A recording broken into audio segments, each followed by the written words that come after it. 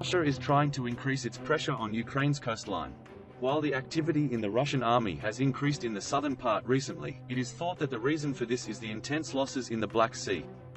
However, the Ukrainian armed forces gives the strongest response to this move of Russia.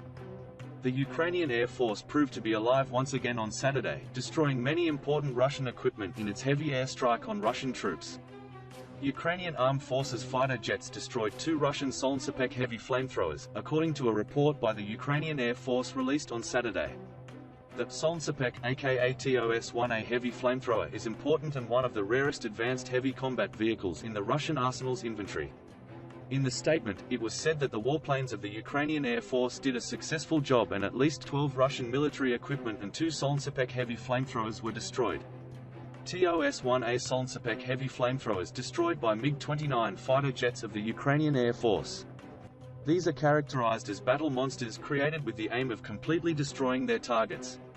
As well as being rare, this weapon is one of the deadliest MLRSs. Russian terminology's designation of the TOS-1A, nicknamed Buratino by soldiers, after the Russian equivalent of Pinocchio as a flamethrower, has led to definitions of the weapon forming a napalm wall and vaporizing human bodies. In fact, the weapon has almost nothing in common with conventional flamethrowers. Instead, it is a thermobaric or fuel-air explosive weapon in the same class as certain U.S. weapons, such as the AGM-114N Hellfire missile with a special, increased warhead, or the Blue 118B used against cave complexes in Afghanistan. Essentially, such weapons use oxygen from the surrounding air to create a high-temperature detonation and a much more powerful blast wave over a longer period of time than a conventional condensed explosive. Each BM-1 launch vehicle in the TOS-1A system carries 24 rockets of 220mm caliber, capable of reaching a maximum range of 6 kilometers. The use of these weapons in Ukraine, which brings about a great destruction for the opponent of the army using it in the absence of attention on the battlefields, has caused controversy. Severe scenarios can occur if Russian TOS-1As target a possible civilian settlement. For this reason, some war analysts feel that the use of these weapons should be carefully studied. Ukraine, on the other hand, seems to be doing everything possible to get back to life as soon as possible according to the rules of peacetime.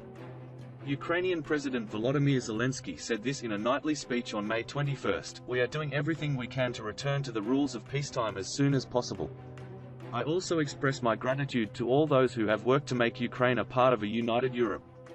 Our officers who now have a few weeks to complete the task they came to." He emphasized that Ukraine's path to European integration is not just about politics. It's about quality of life and the fact that Ukrainians see the values of life in the same way as the vast majority of Europeans, he added. "I met with the Portuguese Prime Minister in Kiev today. I thanked him for all the support Portugal is currently providing to Ukraine. This is the defensive, political and humanitarian support.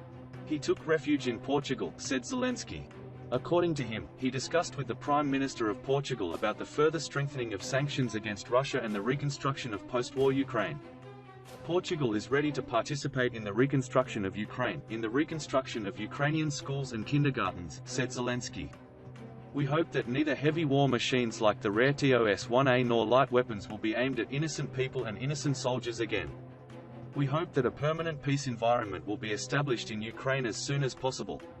Russia accepts its losses as soon as possible and sits at the peace table without encroaching on Ukraine's freedom."